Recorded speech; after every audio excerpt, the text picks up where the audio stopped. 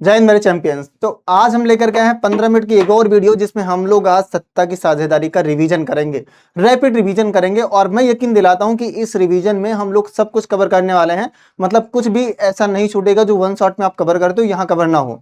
मतलब सब कुछ हम लोग कंप्लीट कवर करेंगे, तो ज्यादा समय नहीं लेंगे, आगे बढ़ेंगे हम लोग।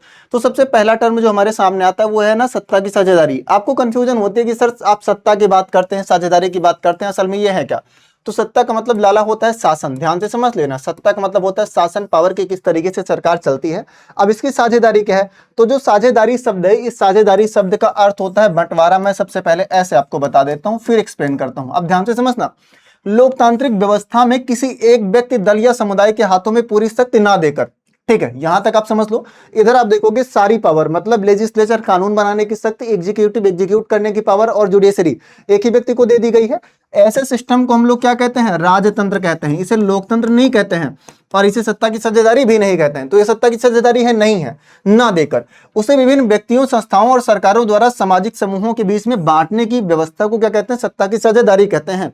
जब पावर एक व्यक्ति को ना देकर बांट दी जाए लोगों में, तो उसी को क्या कहेंगे? सत्ता की साझेदारी कहेंगे। अब इसी बात को थोड़ा ध्यान से आप समझना। इधर आपने देखा सारी पावर एक व्यक्ति को दे दी गई है, इधर सारी पावर बांट दी गई है। मतलब जुडिशरी की पावर किसी और को दी गई, लेजिस्लेचर की पावर किसी और को दी गई, एग्जीक्यूटिव की पावर किसी और को दे दी गई। तो जब इस तरीके से पावर का बंटवारा हो जाता है, तो इसी को हम कहते हैं सत्ता की साझेदारी। ठीक है, अब सत्ता की साझेदारी की प्रमुख विशेषताएं क्या हैं? तो आप देखोगे सुकन्या जी हैं, जिन्होंने पढ़ाई करी, इनको विशेषताएं पता है, आपको बताने की कोशिश कर रही है, ध्यान से समझिएगा। इसकी विशेषता क्या है कि लोकतंत्र का मूल सिद्धांत। भाई लोकतंत्र कहता है कि अगर हम हैं तो सत्ता की साझेदारी होना भी आवश्यक है, तभी लोकतंत्र रहेगा। दूसरा आप देखोगे सभी वर्गों की भागीदारी सुनिश्चित होती है। इसमें सभी वर्गों को इक्वल पार्टिसिपेशन होता है, समान अवसर प्राप्त होते हैं, कि भाई सबको इक्वल जो है चांस मिल रहा है वोट देने का, अपनी सरकार बनाने का। संघर्ष एवं भेदभाव कम होता है, क्योंकि अगर सबको चांस मिलेगा, सबका अगर उसमें प्रतिनिधित्व होगा, हर कोई शामिल होगा, तो लड़ाई आपस में होगी नहीं। ठीक है ना। और साथ ही आप देखोगे राष्ट्रीय एकता मजबूत होती है। तो लोकतंत्र समानता, भागीदारी और न्याय का वादा करता है। तो लोकतंत्र में ये सारी चीजें जरूरी हैं। और जब सत्ता की साझेदारी आती है तो लोकतंत्र आ जाता है, समानता आ जाती है, भागीदारी और न्याय भी आ ही जाता है। अब देखो इसके लिए अपन दो देशों का एग्जाम्पल लेंगे। एक एग्जाम्पल लेंगे हम बेल्जियम का, दूसरा एग्जाम्पल लेंगे श्रीलंका का। एक एक करके समझते हैं। एक देश ऐसा है जिसने सत्ता की साझेदारी करी, तो वहां क्या हुआ। एक देश ऐसा है जिसने सत्ता की साझेदारी नहीं की, और नहीं की तो क्या हुआ। इन्हीं दोनों घटनाओं को हमें समझना है। सबसे पहले हम समझेंगे बेल्जियम को। तो बेल्जियम क्या है लाला? बेल्जियम आप देखोगे यूरोप का एक छोटा सा देश। यूरोप असल में ना एक महाद्वीप है, और आप जानते हो कि ये क्या है? एक जो है प्रायद्वीपीय महाद्वीप है, एक छोटा सा देश पश्चिमी यूरोप में स्थित है। पश्चिमी यूरोप में मतलब यूरोप के पश्चिम भाग में, हरियाणा से भी छोटा है। ठीक है, क्षेत्रफल में भी और जनसंख्या में भी। इसकी राजधानी ब्रुसेल्स है, ध्यान रखना, राजधानी कहाँ है? ब्रुसेल्स। तो इसमें 3 प्रमुख भाषा समुदाय के लोग रहते हैं। पहला आप देखोगे कुछ ऐसे लोग हैं जो डच भाषा बोलते हैं, लगभग 59% इनकी संख्या है। जो फ्रेंच भाषा बोलते हैं, इनकी संख्या लाला लगभग 40% है। ठीक है, अगर बात कर लें जर्मन भाषा बोलने वाले लोगों की, तो इनकी संख्या 1% है। लेकिन आप देखो समस्या क्या है, ब्रुसेल्स में अनुपात उल्टा है। वैसे अगर हम देखेंगे तो डच बोलने वाले लोग ज्यादा हैं, पर ब्रुसेल्स में लगभग 80% लोग फ्रेंच भाषा बोलते हैं, जबकि पूरे देश में डच भाषी लोग बहुसंख्यक हैं। इसी कारण दोनों समुदायों के बीच राजनीतिक एवं सामाजिक मतभेद उत्पन्न हुए। आप देखोगे जो लोग ब्रुसेल्स में रहते हैं, उसमें से ज्यादातर लोग कौन से हैं? जो फ्रेंच भाषा बोलते हैं। इनके पास पावर है, पैसा है। ठीक है, इसलिए जो है मतभेद दोनों में हो जाता है। मतलब संख्या ज्यादा पूरे बेल्जियम में डच बोलने वाले लोगों की है, पर प्रभुत्व किसका है? फ्रेंच बोलने वाले लोगों का। अगर आप इधर देखो तो आपको पता चल जाएगा, ये ब्रुसेल्स की कैपिटल, ब्रुसेल्स क्या है? ये कैपिटल है। ठीक है, यहाँ पर 80% लोग फ्रेंच बोलते हैं, 20% लोग डच बोलते हैं। बाकी अगर हम पूरे बेल्जियम में बात कर लें तो 59% लोग डच बोलते हैं। और आप देखोगे जो है 59% लोग डच बोलते हैं, 40% लोग क्या बोलते हैं? फ्रेंच बोलते हैं, 1% लोग जर्मन बोलते हैं। ठीक है, अब हुआ क्या? तो समस्या जब ये उत्पन्न हुई, तो आप देखोगे बेल्जियम में समस्या, दोनों भाषा समुदाय स्वयं को अधिक जो है अधिकार दिलाना चाहते थे। मतलब फ्रेंच वाले कहते थे उनके पास पावर होनी चाहिए, और जो डच बोलने वाले लोग थे वो कहते थे उनके पास ज्यादा पावर होनी चाहिए। और सरकारी नौकरियों, शिक्षा तथा राजनीति में प्रतिनिधित्व को लेकर विवाद था। ठीक है ना। तो जब विवाद होता है तो आपस में लड़ाई हो जाती है। जैसे ये दोनों महिलाएं आपस में लड़ रही हैं, युद्ध कर रही हैं। अब ये लोग पहले बातचीत करेंगी, उसके बाद लात घूसा चलेगा, दोनों तरीके की स्थिति उत्पन्न होगी। तो यही स्थिति बेल्जियम में उत्पन्न होने वाली थी, हुई नहीं थी, होने वाली थी। लेकिन बीच में क्या हुआ? राजधानी ब्रुसेल्स पर दोनों समुदाय अपना प्रभाव बनाए रखना चाहते थे, पर प्रभाव किसका था? प्रभाव फ्रेंच बोलने वाले लोगों का था। यदि समाधान नहीं निकलता तो देश गृह युद्ध की स्थिति में पहुंच जाता। मतलब दोनों लोग चाहते थे, जो डच बोलने वाले लोग चाहते थे वो चाहते थे कि उनका प्रभाव हो, फ्रेंच बोलने वाले लोग चाहते थे उनका प्रभाव हो, दोनों में आपस में कॉन्फ्लिक्ट था। अगर समाधान इसका ना निकाला जाता तो गृह युद्ध जो है छिड़ जाता, मतलब यहां पर गृह युद्ध हो जाता, ठीक है ना, बेल्जियम में। फिर आप देखोगे बेल्जियम ने समाधान कैसे किया, ध्यान से समझना। तो बेल्जियम में जब ये समस्या उत्पन्न हुई तो बेल्जियम ने इसका समाधान ढूंढा और निकाला।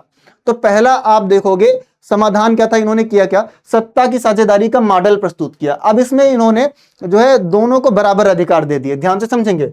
बेल्जियम सरकार ने सभी समुदायों को साथ लेकर 1970 से 93 तक 4 संवैधानिक संशोधन किए, अपने संविधान में 4 बार संशोधन किया। पहले संशोधन में केंद्र सरकार में डच एवं आप देखोगे फ्रेंच समुदाय को समान प्रतिनिधित्व दिया गया, मतलब जितने डच रहेंगे उतने फ्रेंच रहेंगे। इन्होंने कहा हमने दोनों को बराबर कर दिया, अब ऐसे में लड़ाई होगी नहीं। राज्य सरकारों को पर्याप्त अधिकार दिए गए। अब कोई राज्य है अगर वहां पर डच बोलने वाले लोग ज्यादा हैं तो वहां पर डचों का शासन रहेगा, मतलब डच का शासन उधर रहेगा, केंद्र का शासन तो अलग से है ही। तो आप देखोगे राज्यों को पर्याप्त अधिकार दे दिया। ब्रुसेल्स में दोनों समुदायों को समान अधिकार दिए गए, मतलब ब्रुसेल्स में दोनों का प्रतिनिधित्व कैसा रहेगा, समान रहेगा, दोनों की मंत्रियों की संख्या कैसी रहेगी, समान रहेगी। और आप देखोगे सामुदायिक सरकार बनाई गई जो भाषा एवं संस्कृति से जुड़े विषयों पर निर्णय ले सकती थी। और तीसरे स्तर की सरकार स्थापित की गई जिसको सामुदायिक सरकार भी कहा जाता है, ठीक है ना। तो बेल्जियम ने इस तरीके से समाधान किया। अब देखो अब इसका परिणाम क्या हुआ, तो परिणाम लाला ये हुआ कि संघर्ष समाप्त हो गया, सभी समुदायों में विश्वास बढ़ा और राष्ट्रीय एकता मजबूत हुई। तो इससे बेल्जियम का समाधान जो है समाप्त हो गया, मतलब लड़ाई इधर जो हो रही थी वो लड़ाई समाप्त हो गई। अगर बात कर ले हम श्रीलंका की, तो श्रीलंका को लाला देखेंगे। अब श्रीलंका में आप देखोगे भारत के दक्षिण में स्थित एक द्वीपीय देश है, ठीक है ना लाला। यहाँ पर विविधता भी है, मतलब अलग अलग भाषाओं को बोलने वाले लोग भी हैं। सिंगली बोलने वाले लोग 74% है, तमिल बोलने वाले लोग 18% है।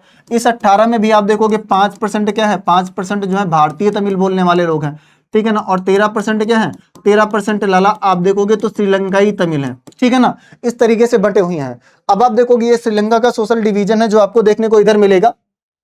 तो यहां पर ये है। अब हुआ क्या, 1948 में स्वतंत्रता प्राप्त करने के बाद सिंघली समुदाय ने सरकार पर अपना प्रभुत्व स्थापित कर लिया। मतलब अगर सिंघली बोलने वाले लोग ज्यादा थे तो सरकार जाहिर सी बात है यही बनाएंगे। इन्होंने क्या किया, अपनी सरकार बना ली, ठीक है। और फिर आप देखोगे श्रीलंका में अगर बात करें तो बहुसंख्यक कौन है, श्रीलंका में बहुसंख्यक सिंघली बोलने वाले लोग हैं, ठीक है। तो बहुसंख्यक वर्ग कौन सा है, सिंघली है। बहुसंख्यक मतलब जिसकी संख्या ज्यादा हो। अल्पसंख्यक कौन है, तमिल है। आप ध्यान से समझना, जब कोई बहुसंख्यक समुदाय केवल अपने हितों को ध्यान में रखकर शासन करता है तो अल्पसंख्यकों की उपेक्षा करता है तो उसे बहुसंख्यकवाद कहते हैं। श्रीलंका में क्या आया, बहुसंख्यकवाद आया। अब श्रीलंका में उठाया गया कदम, ध्यान से समझना।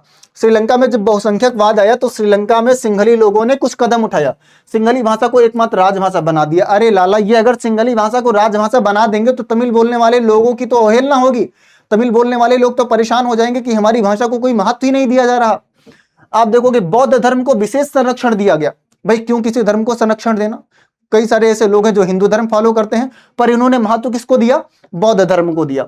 सरकारी नौकरियों एवं शिक्षा में सिंघली समुदाय को प्राथमिकता दी गई है। देखो यहाँ पर भेदभाव कर दिया, तमिलों को कोई प्राथमिकता नहीं दी इन्होंने, सिंघली बोलने वाले लोगों को प्राथमिकता दी। अब यहीं से गृह युद्ध की स्थिति उत्पन्न हो जाएगी और तमिल समुदाय के अधिकारों की अनदेखी हुई। अब तमिल लोग बहुत परेशान हुए। इन्होंने क्या की, मांग की। और मांग किसकी की लाला, इन्होंने मांग की स्वायत्त क्षेत्र की, ठीक है। और किसकी मांग की, अधिकार की मांग की तमिल लोगों ने, ठीक है। और तमिल लोगों ने किसकी मांग की लाला, समानता की मांग की।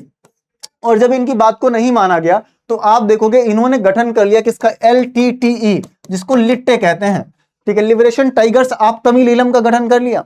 अब ये तमिलों के लिए लड़ती थी, ठीक है ना, क्लियर है। फिर आप देखोगे हुआ क्या, अब बहुसंख्यकवाद के दुष्परिणाम, जब बहुसंख्यकवाद श्रीलंका में हुआ तो इससे प्रभाव क्या पड़ा, ठीक है। तमिल समुदाय में असंतोष बढ़ा और अलग राष्ट्र की मांग उठने लगी। जो तमिल लोग थे उन्होंने कहा हमारा अलग देश होना चाहिए, स्वायत्त क्षेत्र। स्वायत्त क्षेत्र का मतलब होता है स्वतंत्र क्षेत्र। इन्होंने स्वायत्त क्षेत्र की मांग करी और गृह युद्ध प्रारंभ हो गया वहीं पर, मतलब गृह युद्ध होने लगा। आप देखोगे LTTE, जिसको liberation tigers of Tamil Eelam कहते हैं, तमिलों ने मिलकर के अलग से अपना जो है फोर्स बना लिया और ये लड़ते थे किसके खिलाफ, सिंघलियों के खिलाफ। हजारों लोगों की इसमें मृत्यु हुई, आर्थिक विकास बाधित हुआ और राष्ट्रीय एकता कमजोर हुई। और ये सब क्यों हुआ, क्योंकि इसने शक्ति साझा नहीं की थी। सत्ता साझा ना करने से देश में संघर्ष बढ़ा। तो आप देखोगे श्रीलंका ने पावर सिर्फ किसको दिया, सिंघलियों को दिया, तमिलों को नहीं दिया। और जब इन्होंने तमिलों को पावर नहीं दिया, सिर्फ एक समूह को पावर दिया, तो यहां पर गृह युद्ध छिड़ गया। वहीं अगर लाला बेल्जियम को देखेंगे तो बेल्जियम ने क्या किया था, पावर को बांट दिया था। और आप देखोगे पावर बराबर फ्रेंच को दी, बराबर किसे दिया था, डच बोलने वाले लोगों की दिया था, तो वहां शांति आ गई थी। ठीक है, तो आप देखोगे अब इससे एक बात तुमको समझ में आई। ठीक है, कंपेयर करने के बाद और अच्छे से समझ में आ जाएगी कि बेल्जियम सत्ता की साझेदारी अपनाई, सभी समुदायों को अधिकार मिले, शांति एवं विकास आया और राष्ट्रीय एकता मजबूत हुई। बेल्जियम की बात है, क्यों? क्योंकि इसने सत्ता की साझेदारी की। अब श्रीलंका ने सत्ता की साझेदारी नहीं की, बहुसंख्यकवाद अपनाया, जिसकी संख्या ज्यादा है वो शासन करेगा। साथ ही आप देखोगे अल्पसंख्यकों की उपेक्षा हुई, गृह युद्ध एवं संघर्ष छिड़ गया और राष्ट्रीय एकता कमजोर हुई। तो बेल्जियम एवं श्रीलंका की तुलना करने से हमें यह बात पता चलती है कि सत्ता की साझेदारी करने से शांति आती है, समझौता होता है, देश का विकास होता है, गृह युद्ध नहीं होता है, शांति स्थापित हो जाती है देश में। ठीक है ना। अब आप देखोगे अब सत्ता की साझेदारी के दो कारण हैं। लोग पूछते हैं सत्ता की साझेदारी क्यों करनी चाहिए, तो दो तरीके के कारण आते हैं। पहला कारण आता है विवेकपूर्ण कारण। ठीक है, अब आप देखोगे इसको तार्किक कारण भी कहते हैं। इसमें क्या है कि सामाजिक आप देखोगे इसमें रियलिटी बताई जाती है, इसको यथार्थवादी कारण भी कहते हैं, आप ऐसे कह लो यथार्थवादी कारण भी है। ठीक है ना, मतलब रियलिटी एकदम। तो सामाजिक संघर्ष इससे कम होता है, देश में शांति बनी रहती है, राष्ट्रीय एकता मजबूत होती है एवं विकास को गति मिलती है। ये बात सीधी सी किसमें कही गई है? विवेकपूर्ण कारण में। नैतिक कारण तो लोकतंत्र से जोड़कर देखता है, ये कहता है कि लोकतंत्र में सभी नागरिक समान हैं और प्रत्येक व्यक्ति को शासन में भाग लेने का अधिकार है, इसीलिए सत्ता की साझेदारी होनी चाहिए। ये कहता है लोकतंत्र केवल चुनाव नहीं बल्कि सहभागिता का भी वादा करता है।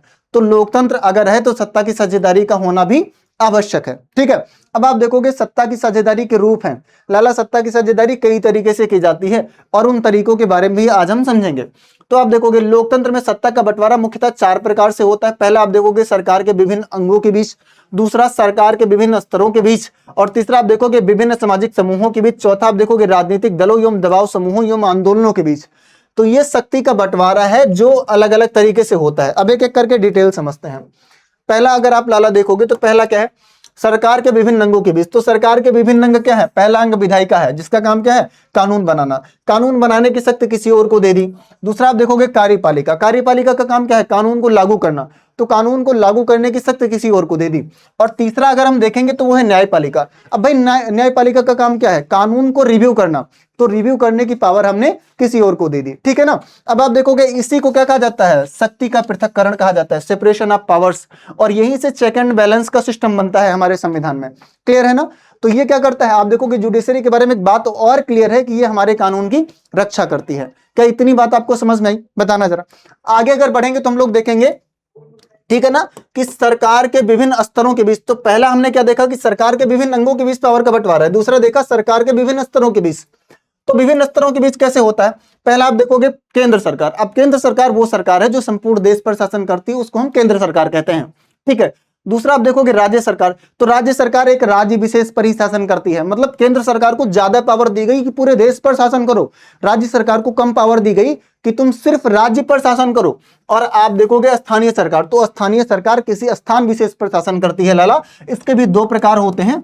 एक आप देखोगे शहरी स्थानीय सरकार और दूसरा लाला आप देखोगे ग्रामीण स्थानीय सरकार होती है, जिसकी बात हम लोगों ने चैप्टर 2 में कर ली है। ठीक है ना, इतनी बात समझ में आई। अब आप देखोगे, ठीक है, इसे क्या कहते हैं? इसे संघवाद कहते हैं। और संघवाद जो है हमारे दूसरे चैप्टर का नाम है, सेकंड चैप्टर का लाला। उस चैप्टर में हम लोगों ने डिटेल इसके बारे में पढ़ा हुआ है। अब आप देखेंगे सामाजिक समूहों के बीच। तो कई तरीके से सामाजिक समूहों के बीच पावर बढ़ती है। पहला आप देखोगे भाषा आधारित समूह। जैसे हम लोगों ने देखा बेल्जियम में, वहां पर फ्रेंच बोलने वाले लोगों को पावर दी गई, डच बोलने वाले लोगों को पावर दी गई। ठीक है, इसको सामुदायिक शासन कहते हैं। दूसरा आप देखोगे जातीय समूहों के बीच। अब जातियों को पावर कैसे दी जाती है? आरक्षण दिया जाता है ना, कि चुनाव में इस जाति को इतना परसेंटेज आरक्षण दिया गया, इस जाति को इतना परसेंटेज आरक्षण दिया गया। वही सत्ता की साझेदारी है। आप देखोगे महिलाओं एवं कमजोर वर्गों को, तो इनके प्रतिनिधित्व में इनको आरक्षण दिया जाता है। और वही पावर का सेपरेशन है, वही इनको पावर दी जा रही है कि इतना कंपलसरी है इनको पावर देना, और उतनी पावर इनको दी जाती है। अब आप देखोगे आरक्षण व्यवस्था। ठीक है ना। अगर अगला हम लोग रूप देखें, ठीक है, तो वो क्या है? वो लाला है आप देखोगे राजनीतिक दलों एवं दबाव समूहों के बीच। तो विभिन्न राजनीतिक दल चुनाव लड़ते हैं और जनता अपने प्रतिनिधियों का चुनाव करती है। अच्छा, कई बार क्या होता है, किसी एक दल को जब बहुमत नहीं प्राप्त होता है तो आप देखोगे 2 पार्टियां, ठीक है, मिल करके जो सरकार बनाती है उसको गठबंधन सरकार कहते हैं लाला। बहुत इंपॉर्टेंट है, देख लेना आप। ठीक है। और जो सरकार नहीं बनाती, कई सारे दल मिलकर सत्ता को चलाते हैं। विपक्ष क्या होता है? सरकार की नीतियों की समीक्षा करता है और उसे जवाबदेह बनाता है। तो विपक्ष सवाल पूछता है। जैसे भाजपा की सरकार है, सामने सबसे मजबूत अपोनेंट जो है कांग्रेस है, तो कांग्रेस क्या कहलाएगी? विपक्ष कहलाएगी। सरकार जिसकी है वो तो है ही। क्लियर है ना लाला। अब अगर हम लोग देखें कि इस चैप्टर में हम लोगों ने क्या क्या सीखा, तो पहला हमने सीखा सत्ता की साझेदारी लोकतंत्र की आधारशिला है। बेल्जियम ने सभी समुदायों को साथ लेकर शांति स्थापित की। श्रीलंका में बहुसंख्यकवाद के कारण गृह युद्ध हुआ। और आप देखोगे सत्ता की साझेदारी के दो प्रमुख कारण है, विवेकपूर्ण और नैतिक। सत्ता की साझेदारी के 4 प्रमुख रूप हैं, उन चारों रूपों को हम लोगों ने अभी देखा। अब इस पूरे चैप्टर का अगर रिवीजन तुम्हें करना हो तो तुम्हारे सामने एक माइंड मैप है, स्क्रीनशॉट ले लो लाला और पूरे चैप्टर को तैयार कर लो। यहां से इस एक चैप्टर से, इस चैप्टर से आने वाले सारे क्वेश्चंस को आपने कर लिया तैयार। और जल्द मिलते हैं हम लोग ऐसे ही अगले वीडियोस में। और हाँ, अगर यहां तक आए हो तो इस चैनल को सब्सक्राइब कर लेना, क्योंकि ऐसे ही बहुत सारे अच्छे वीडियोज आपको मिलते रहेंगे। तो जल्द मिलते हैं अगली क्लास में, तब तक के लिए bye bye, tata, love you all और ढेर सारा प्यार।